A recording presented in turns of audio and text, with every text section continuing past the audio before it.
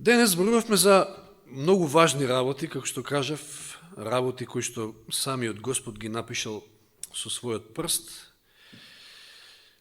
Онаа порака, онаа пресуда над зидот. И денеска ми дојде онака интересна споредба. Може да се случи Господ да ви напише над зидот на Фейсбук некоја порака. И така го викаат зид. Ништо не е чудно, да. Веројатно на него не му е ни интересен, ни битен Фейсбук, ама сепак е средство со кое што може да се искористи за добри цели, секако. Зависи што го користиме. Но над зидот, одма према светилникот му испишал порака на пресуда на Валтазар, во истата таа вечер паѓа и Вавилонското царство. Измерено е твоето царство и толку. Му дојде крајот и ти си измерен, најден си прелесен. Суд, пресуда, во неколку збора, мене, текел, уфарси. Исус во Новиот Завет ги запишува во земскиот прав, во песокта, гревовите на оние тужители на Марија Магдалена, кои што се собрале да ја каменуваат и ги одвртило таквата помисла, затоа што сите избегале кога си се виделе самите себе си во вистинско светло. И таму пишувал, не знам колку пишувал, меѓутоа највеќе пишувал Господ со својот прст која го запишал законот, значи тоа се 10 заповеди. Издвоил време и затоа што законот е најважниот, навистина, затоа што и судот се носи според тој закон и гревовите значат прекршок на истиот тој закон. Гревот е кршење на законот. Тоа е тоа. И цела една глава, буквално гледаме 20 глава од Излез, е всушност каде што е запишан законот се зборови кои што Господ ги запишал лично со својот прст, затоа што тоа било многу важно и битно. И се врти на крајот на криштето околу законот, кој што бил запишан за разлика од гревовите кои што Исус ги запишал во прашината и многу лесно може да се избришат. Законот бил запишан на камен. И не тоа било каков камен. Евија Слимовски спомна на сафир. Син Сафир. Поима немав, дека на времето 80 и која година, ево иште една работа околу музиката, еден период ми беше доста омилен Бајага. И Плави мој сафир имаше една песна. Се кавате кој сте слушале. Поима немав дека ќе дојдам после до вистината, дека самиот закон бил запишан на сафир. На плав, на син Сафир. Она што било најважното.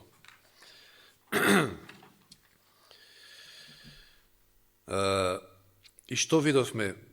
Видовме дека најважното нешто кое што имал како улога Светиот Дух, затоа е бил пратен, е да го увери светот за грев, за правда и за суд. Тоа се тие баш три елементи, три работи кои што Господ ги запишал со свој прст. Го видовме и делот на Педесетницата, пораката што Петар ја испратил, од кој што имало голем ефект, 3000 души биле крстени, затоа што преку таа порака, засилена со силата на Духот Свети, биле засегнати срцата на слушателите. И затоа побарале помош, мажи, браќа, велеле што да правиме. Пораката е покајте се.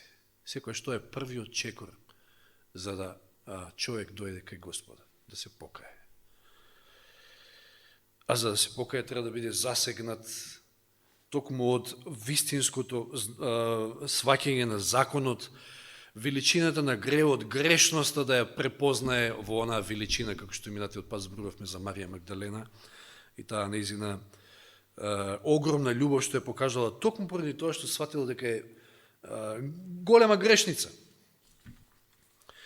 И така му возвратила на Исуса.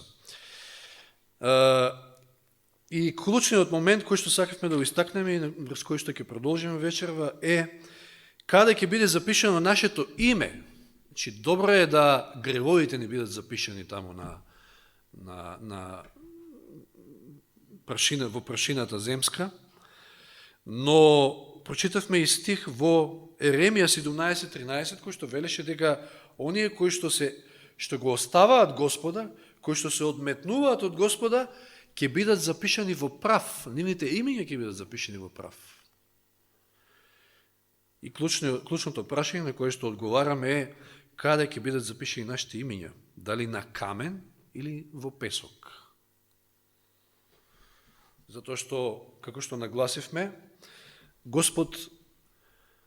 за Господа најголемиот проблем е гревот, а сето друго е последица од гревот, болести, еден куп проблеми на овој свет при самата смрт. И тој го решава гревот на два начини. Или ќе го избрише, ако се покаеш, или ќе те избрише, ќе го избрише твоето име со се гревот.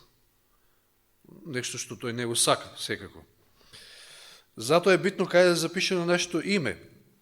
И ја видовме она слика од Даниел, 2 глава со кипот, каде што заклучивме, видовме дека сето она што е светско, земско, сето она слава земска, гордоста, себичноста, сето тоа еден ден, еден камен, одвален, фрлен од небото, без рака, без човечка рака, ќе удри, ќе го сруши и тоа ќе стане како плева и ќе го снема, како никогаш да не било. А каменот ќе прерасне во една гора, ќе офати целата земја и тоа е она Божие царство кое што ќе трае вечно. Ние, за да бидеме дел од тој камен, треба да дозволиме Светиот Дух да ја всади Христовата природа во нас, да го откорне она што е вавилонско, секако вавилонски елемент, значи гордост, себичност, она што е основа на нашата грешна природа, за да ја всади Христовата природа во нас. И видовме дека и тоа, тука негде застанавме, во Лука 20:18 се вели дека секој кој ќе падне врз тој камен, врз истиот камен кој што го представува Исуса всушност, и ќе се разбие, тој е тој кој што има шанси да биде дел од царството, а врз кого што ќе падне, како што врз овој кип, тој ќе биде сотран. Тоа е опцијата која што не ја посакуваме, нити самиот Господ не ја посакува. И тој истиот камен е камен за насопнување за некои, видовме и од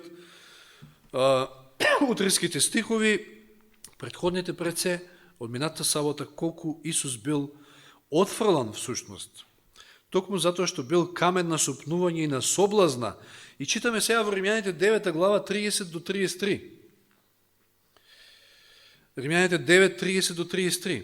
И така што ќе кажеме? Народите кои не се стремеа кон праведноста, ја примија праведноста и тоа праведноста која што е преку верата. Народите. А Израел, стремејќи се кон законот на праведноста, не стигна до законот. Зошто? Зашто не настојуваше да го постигне со вера, туку со делата на законот, се сопна од каменот на сопнување. Што кажува тој стихови? За кого е сопка камен на сопнување самиот Исус? За самоправедните. Оние кои што сакат да се планираат, мислат дека ќе се спасат со своите дела. Исус за нив е сопка. Зашто Исус не им вели дека, нигде не проповеда дека прави ова, направи тоа и ќе биде спасен. Дори и кога му вели на младичот, го држиш ли законот, има своја смисла. Кажавме што вели, едно нешто ти фали, а што е тоа? Љубовта. Значи ти него ни држиш законот, ако се обидуваш со своји сили. 33 стих, како што е напишано, еве на Сион поставувам камен за сопнување и стена на соблазан, и кој верува во него нема да се посрами. Значи, или ќе се скршиш на каменот, или пак ќе се сопнуваш од истиот камен и ќе се соблазнуваш, и ќе се соблазниш на крајот. Копнешот на вековите 599. За тие што веруваат Христос е сигурен темел. Тоа се оние што паѓаат врз карпата и се кршат. И се објаснува кои се. Тие што веруваат. Но, понатаму вели, овде е прикажана преданоста кон Христа и верата во Него. Да паднеме врз карпата и да се скршиме, значи да се откажеме од нашата самоправедност. И со детска понизност да дојдеме кај Христа, да се покаеме поради нашите престапи и да веруваме во Неговата љубов која проштава. Исто така, со вера и со послушност да дзидаме на Христа како наш темел. Значи, кршењето на таа карпа или на тој камен се кршат, значи да се откажеме од нашата самоправедност. Тоа значи. И со детска понизност да оттрчаме кај Христа и да побареме прошка. И не само тоа, туку и да дзидаме на тој камен. 1 Петрово 2 глава 4 до 8. Малку за дзидањето. 1 Петрово 2 глава 4 до 8. Пристапете при него, живи од камен. Тоа што Елен Вајд го кажа во Копнежот. Пристапете при него, живи од камен, кого навистина луѓето го отфрлија, но кој е од Бога избран и скапоцен. Та дозволете од самите вас, како живи камења, да се изгради духовен дом. Внимавајте, значи, или ќе се скршиме на тој камен и ќе станеме дел од него, значи ќе примеме таа Христова природа и стануваме дел од таа зграда, од таа градба, од тој жив храм, или ќе се сопнуваме и ќе се соблазниме и нема да бидеме дел. Та дозволете од самите вас како живи камења да се изгради духовен дом, свето свештенство, за да пренесувате духовни жртви кои му се пријатни на Бога преку Исуса Христа. Зашто пишува во писмото: еве поставам во Сион наголен камен, одбран и скапоцен, и кој верува во него нема да се посрами. Така за вас кои верувате, тој е скапоцен, а за оние кои не веруваат, каменот кој го отфрлиат зидарите, на кој стана аголен камен, и камен за сопнување и стена на соблазнување, на кој се сопнуваат оние кои се непокорни на Словото, зашто се и определени. Сега друг елемент овде гледаме, не сме уште кај зидањето, иако се спомна малку во еден стих, уште еден елемент гледаме овде. Значи, самоправедноста треба да се скрши, да се откажеме од неа.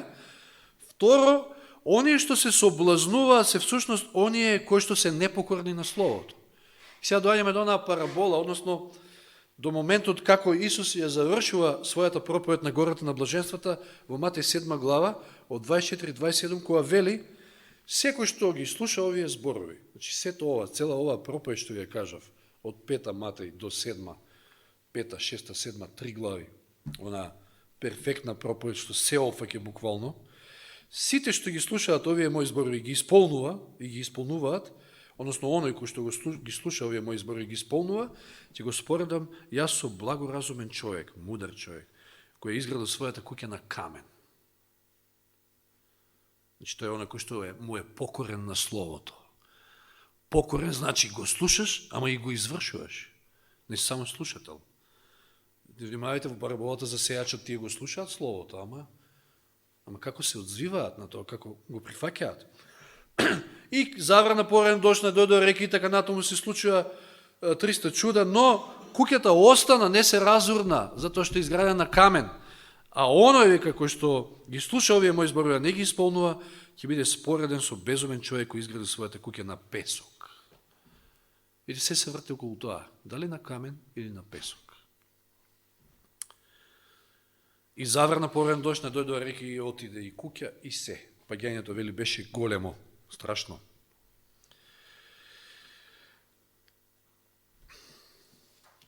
Да се скршиш на каменот, и сето ова е понижувачко искуство, знаете. Тоа е тоа што велиме со други зборови, да се распнеме на крстот. Понижувачко било и за Исуса. Но прашањето е пак каде сакаме да биде запишено нашето име. Ако сакаме да биде запишено на камен, да станеме дел од таа градба, чишто темел е Исус, тогаш треба да се скршиме на тој камен, колку и да е понижувачко тоа искуство. Мисли од гората на блаженството, цитат, вели: Христос, вистинскиот темел е еден жив камен и неговиот живот им се доделува на сите кои дзидаат на него. Видите, тоа значи да станете жив камен. Чи исто станува, ја прифаќате природата на каменот, на Исуса, Христовата природа, со посредство на Духот Свети, како што читавме, и вие станувате едно те исто во таа градба, се слевате со него. Камењата стануваат едно со темелот, оти еден ист живот престојува во сите, Христовиот. Ваквата градба не може да ја сруши никаква бура, зашто оние кои што живеат во Бога се ќе пребродат со него. Прекрасен цитат. Че камењата стануваат едно со аголниот камен, сите ние како камења, стануваме едно со аголниот камен, и го имаме Христовиот живот, и го живееме всушност Христовиот живот. 1 Коринјаните 3 глава 10-11. Според Божјата благодат, која ми е дадена, јас како мудар градител, ја поставив основата, а друг гради, но секој да внимава како надградува, зашто никој не може да постави друга основа, освен онаа што е поставена, кој што е Исус Христос. Тоа е тој аголен камен, од кој што сите треба да се надзидуваме. Само така, ќе станеме дел од каменот, ќе станеме дел од вечноста, нашето име ќе остане вечно запишено на камен. Со Исуса се е лесно. Нема ништо тешко за оној кој што верува.